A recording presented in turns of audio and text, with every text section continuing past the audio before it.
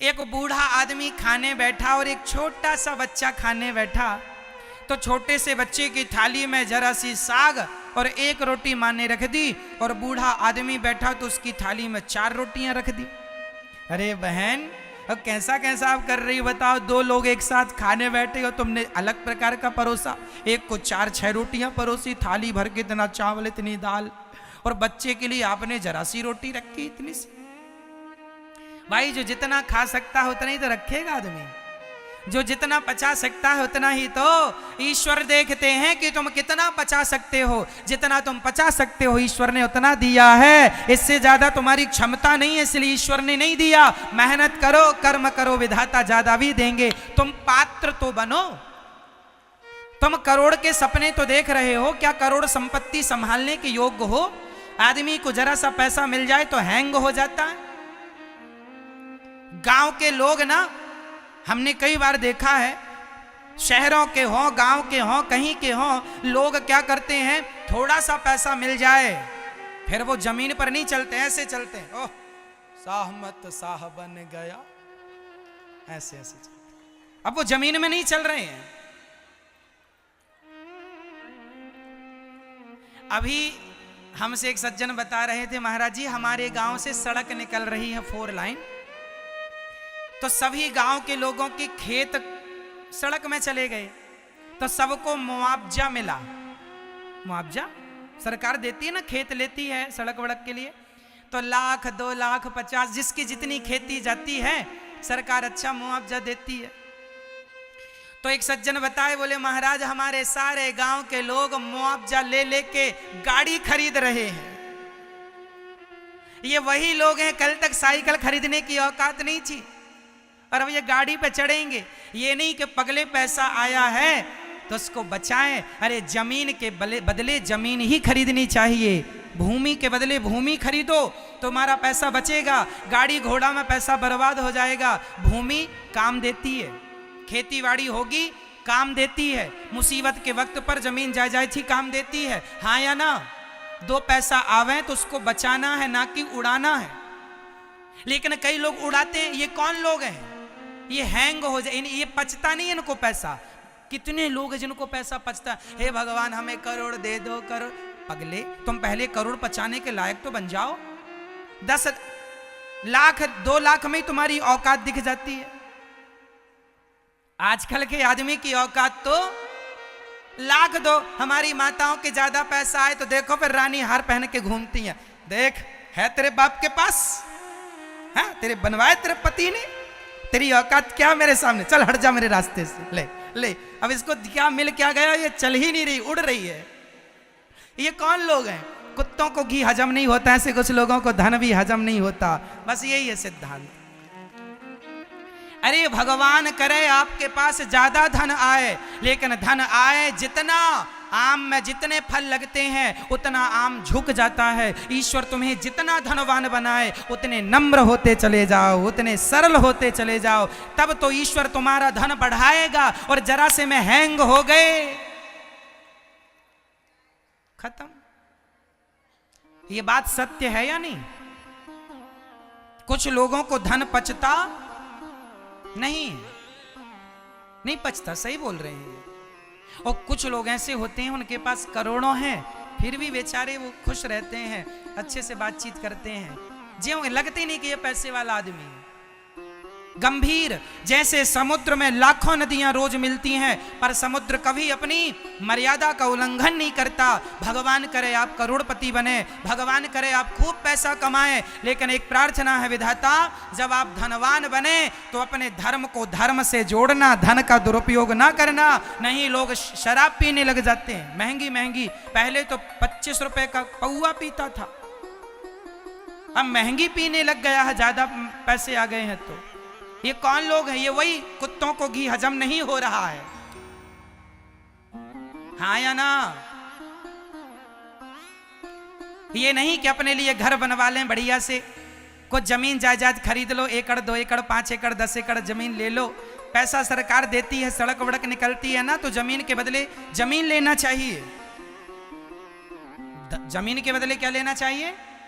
हाँ, प्रॉपर्टी के बदले प्रॉपर्टी। मैया पैसे तो ऐसा देखो गाड़ी घोड़ा में उड़ जाएंगे पैसे, वो पैसे किसी काम के नहीं है। जब तुमने 20 लाख की गाड़ी खरीद ली, अरे गुजारा तो 5 लाख की गाड़ी से भी हो जाता, हाँ या ना? गुजारा 5 लाख की गाड़ी से हो जाता है कि नहीं? जब गुजारा, मुझे जाना 10 किलोमीटर दूर है, जाना 50 किलोमीटर दूर है, इतना गुजारा तो 5 लाख की गाड़ी से हो जाता है, हाँ या ना?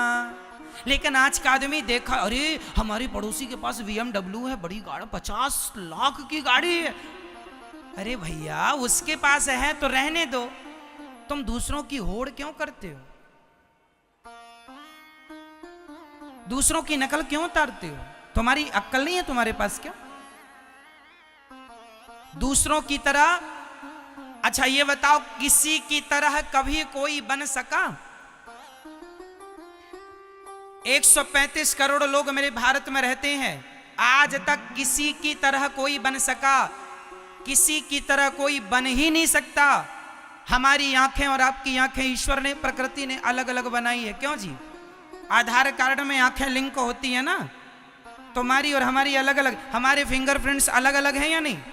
तुम्हारा हाथ का अंगूठा की धारियां अलग अलग हैं, हमारे हाथ की। 135 करोड़ हैं भारत में, और दुनिया में बहुत सारे लोग होंगे, क्या सबके मैच करते हैं फिंगर? नहीं। जब परमात्मा ने तुम्हें एक सा नहीं बनाया तो तुम एक सा बनने की कोशिश क्यों करते हो कि हम भी पड़ोसी की तरह हो जाएं? क्यों हो जाओ? हो ही नहीं सकते तुम। भगवान करे तुम पड़ोसी से अच्छे हो जाओ, भगवान करे तुम पड़ोसी से और बढ़िया तरक्की कर जाओ, लेकिन किसी की संपत्ति को देखकर जलन ना लाना, जलने से भी कोई फायदा नहीं होगा। मेहनत पर ध्यान दो, कर्म पर ध्यान दो, काम पर ध्यान दो। काम करोगे, मेहनत करोगे, पैसा अपने आप आएगा, बस उस पैसे को संभालना सीख लो। क्या करना सीख लो? क्या? आज हमारे बच्चों के, हमारे छोटे छोटे ये भैया लोग, इनके पास पैसा आ जाए, पापा गाड़ी दिला दो, हमारे दोस्त के पास बड़ी गाड़ी, ऐसे ऐसे चलाता। ले क्या हो गया ये नौजवान दोस्तों को? मैंने अपने जीवन में पहली बार 3,000 रुपए कमाए थे। मैं अपनी कहानी आपको बता दूं, मेरे जीवन की पहली कमाई मुझे कितनी मिली थी? 3। मैंने फर्स्ट कमाई, मैंने पहली बार कमाया था 2008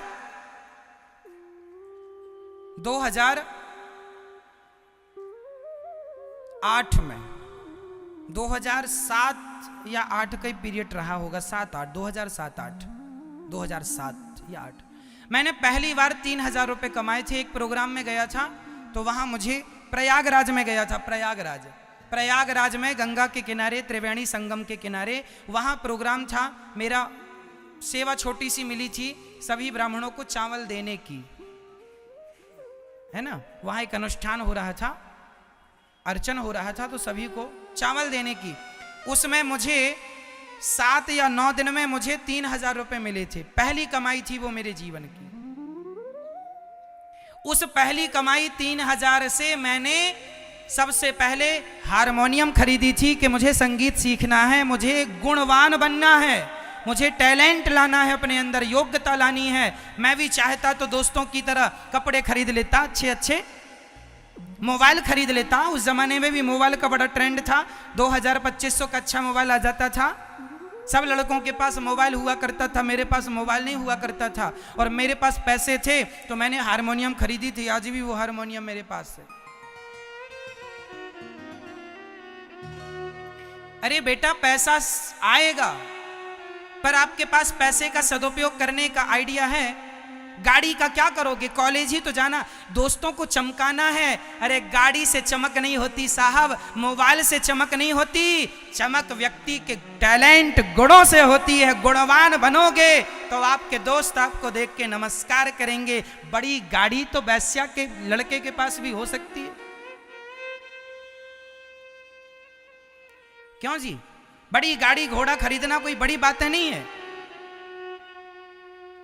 बहुत बच्चे, नौजवान दोस्तों, मैं आपसे हाथ जोड़ के कहता हूं, बड़ी गाड़ी के सपने ना देखो, बड़े मोबाइल के सपने ना देखो। पहले पढ़ जाओ, योग बन जाओ, गुण ले आओ, फिर तो गाड़ी बंगले आप जितना चाहो बना लेना, ये तो बात की चीजें हैं। पहले ही गाड़ी में बैठ लोगे तो बाद में कुछ नहीं मिलेगा, और पहले त्याग कर लोगे तो आगे तुम्हारे लिए बहुत सारी गाड़ियां इंतजार करेंगी, बहुत गाड़ियां मिलेंगी, बहुत बंगले मिलेंगे, बहुत लोग मिलेंगे।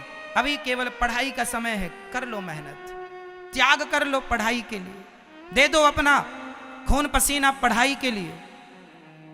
शिक्षा भी, सरस्वती भी बलिदान लेती हैं, पसीने का बलिदान देना होगा। मैं रात के 2 बजे जाग जाता था तो मेरे को समझ में नहीं आता था कुछ भी, सारे गामा पाधा निसा, कभी खानदान में कोई संगीत जानता नहीं था, सा क्या होता है, रे क्या होता है, सुर क्या होते हैं, कुछ ज्ञान नहीं था, तालों का कोई नॉलेज नहीं था, ताल क्या होती है। लेकिन फिर भी मैंने पीछा नहीं छोड़ा। आज मैं संगीत जितना भी ठाकुर जी ने, लक्ष्मी जी ने दिया है, वो केवल लगन थी। मैं कोई प्रोफेशनल गायक नहीं हूं, ना मैं गाना जानता हूं, ना मैंने बहुत प्रोफेशनल विद्यालयों में सीखा। मुझे तो बहुत ज्यादा शिक्षा मिली भी नहीं किसी भी चीज की ज्यादा, लेकिन एक शिक्षा के लिए जुनून था कि मुझे करना है, भागवत पढ़ना है, मतलब पढ़ना है। मैं 2 बजे रात के जाग जाता था और पढ़ने बैठ जाता था, भले आधा घंटा पढ़ूं फिर सो जाऊं, पर पढ़ने का भले कुछ समझ में ना आए, पढ़ता था। मन नहीं लगता था, लगाता था। मेरे साथ के बच्चे क्रिकेट खेलने जाते थे, इतिहास गवाह है कि मैंने कभी पढ़ाई पीरियड पर क्रिकेट नहीं खेला। क्यों? खेलूंगा, यहां पढ़ने आया हूं, पढ़ूंगा। खेलने आया होता तो खेलता, मैं खेलने नहीं आया, मैं तो पढ़ने आया। मेरी जन्मभूमि जबलपुर के पास सिहोरा मझौली के बीच में एक गांव है रेौझा, वहां की जन्मभूमि है उस गांव की। 2006 में पढ़ने के लिए हम वृंदावन आए थे। 2006 में हम पढ़ने के लिए 17 जुलाई 2006 पढ़ने के लिए वृंदावन आए थे, और एक ही उद्देश्य लेके आए थे, भागवत जी पढ़ना है। पढ़ने आए थे। यहाँ आश्रम में हमें जगह नहीं मिली थी। हमने बिहारी जी से कहा था, बिहारी जी जहाँ सब जूते उतारते होंगे हम वहाँ रह के पढ़ लेंगे, पर हमें पढ़ाई करने दो भगवान, हमें अपने से दूर ना करो। तब हमें आश्रम में जगह मिली बिहारी जी की कृपा से, और हमने पढ़ाई की, जबकि हमारे दिमाग में गोबर भरा हुआ था, क्योंकि हम गाय चरा के आए थे, भैंस चरा के आए थे। हमारे घर पे भैंस गाय सब हुआ करती थी, हम चराने जाया करते थे। संस्कृत का तो काखा गाघा भी हमें पता नहीं था। पहली बार यहाँ आए तो यहाँ पर गुरुजनों के दर्शन हुए और भागवत जी पढ़ने बैठे। कुछ भी समझ में नहीं आता था, इतना कठिन था ये सब्जेक्ट, कुछ भी समझ में नहीं आता था, लेकिन फिर भी बैठता था मैं सारे गुरुओं के चरणों में। मैं गुरुजी के चरण दबाया करता था कि गुरुजी मुझे कुछ बता दीजिए, मुझे योग्य बना दीजिए, मैं किसी लायक नहीं हूँ, मैं मूर्ख हूँ, मैं अधम हूँ, मैं नीच हूँ। मेरे गुरुजी जब तक सो नहीं जाते थे तब तक मैं उनके पाँव, मुझे पता था कि बिना गुरु की कृपा के विद्या नहीं मिलती। मेरे गुरुजी जब तक सो नहीं जाते थे, हमारे गुरुजी एक पढ़ाने आया करते थे, जब वो पढ़ाते थे, पढ़ाने के बाद हम उनके चरण दबाया करते थे। फिर हमारे आश्रम में ही एक गुरुजी रहा करते थे, वो एक्चुअली वहाँ के विद्यार्थी थे, सीनियर विद्यार्थी थे, पर बड़ा ज्ञान रखते थे। तो मैं उनके रोज पांव दबाया करता था। कब तक पांव दबाता था? जब तक गुरुजी ये ना कह दें कि बेटा बस करो। कभी कभी रात के 1 बज जाता था पांव दबाते दबाते, 9 बजे से पांव दबाता था।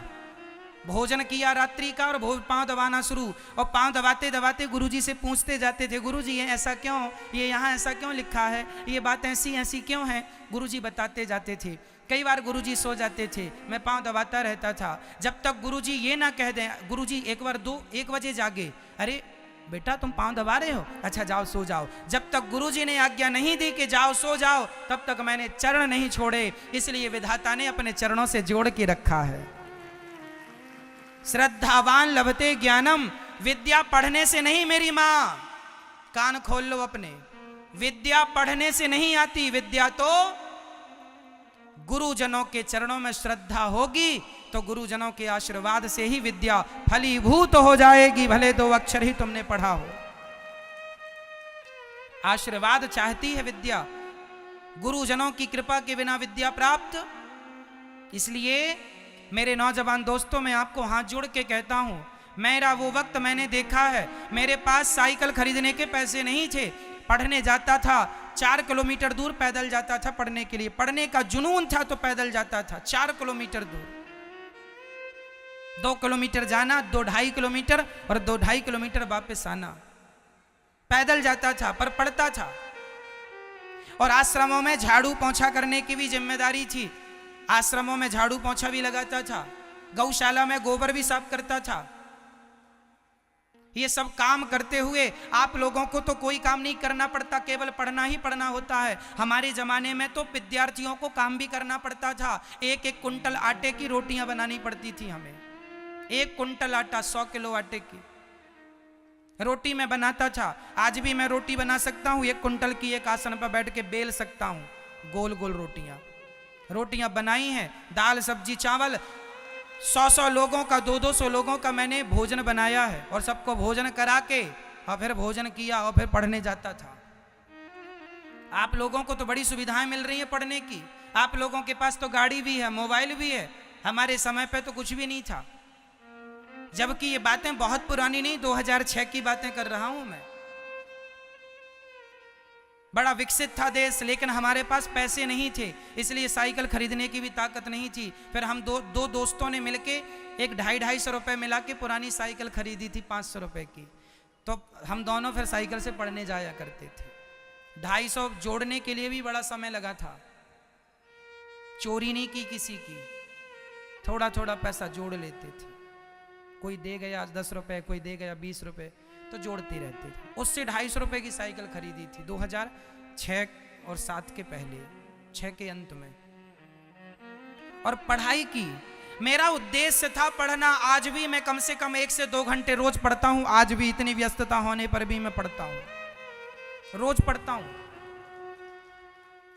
मेरे इस जमाने में जब मैं 6वीं क्लास में गया था तब मुझे इंग्लिश पढ़ाई गई थी। ABCD मैंने कहाँ पढ़ी है? 6वीं क्लास में, क्योंकि हम तो गांव के सरकारी स्कूल में पढ़ते थे ना। वहाँ तो पहली क्लास में इंग्लिश नहीं हुआ करती थी, दूसरी में, तीसरी, 5वीं में। हमारे गांव के विद्यार्थी प्राइवेट स्कूलों में जाया करते थे। हम नहीं जाते थे क्योंकि हमारे पास पैसा नहीं था, लेकिन पढ़ने का शौक बहुत था। हम गैया चराने जाते थे तो गीता लेके जाया करते थे। चरती रहती थी गैया गीता। कुछ नहीं समझ में आता था उस समय पे, पर पढ़ते थे। बस मेरी माँ, मैं अपने नौजवान दोस्त भाई बहनों को निवेदन करना चाहूंगा, मैंने कभी मोबाइल का कोई शौक नहीं किया, मैंने कभी गाड़ी नहीं खरीदी। मैंने सदा अपने धन का सदुपयोग किया है और केवल पढ़ने को ही महत्व दिया है। बिना शिक्षा के जीवन, बिना शिक्षा के व्यक्ति मरा हुआ है। बिना शिक्षा के व्यक्ति चलता फिरता मुर्दा है। एक बार सेंटेंस बोल दो, बिना शिक्षा के व्यक्ति चलता फिरता मुर्दा है। इसलिए मेरी माँ, मेरे पिता तुल्य बुजुर्गों, आप अपने बच्चों को और नौजवान दोस्त भाइयों बहनों हाथ जोड़ के बार बार कह रहा हूं, पहला काम पढ़ना। अपनी शिक्षा को महत्व दीजिए, खूब पढ़िए, मन लगा के पढ़ जाइए, योग्य हो जाइए। मोबाइल गाड़ी बंगला तो आ ही जाएगा और तुम्हें प्यार व्यार हो जाता है, या प्यार व्यार के चक्कर में ना पड़ा करो। ये प्यार व्यार भी बहुत बड़ा बर्बादी है जीवन की तरक्की में। कभी किसी लड़की और लड़कों के चक्कर में ना पड़ जाया करो। सिर्फ पढ़ाई मतलब पढ़ाई, एक साधे सब सधे। ना यहां देखना है ना वहां देखना है, सिंपल पढ़ाई पढ़ाई पढ़ाई बस।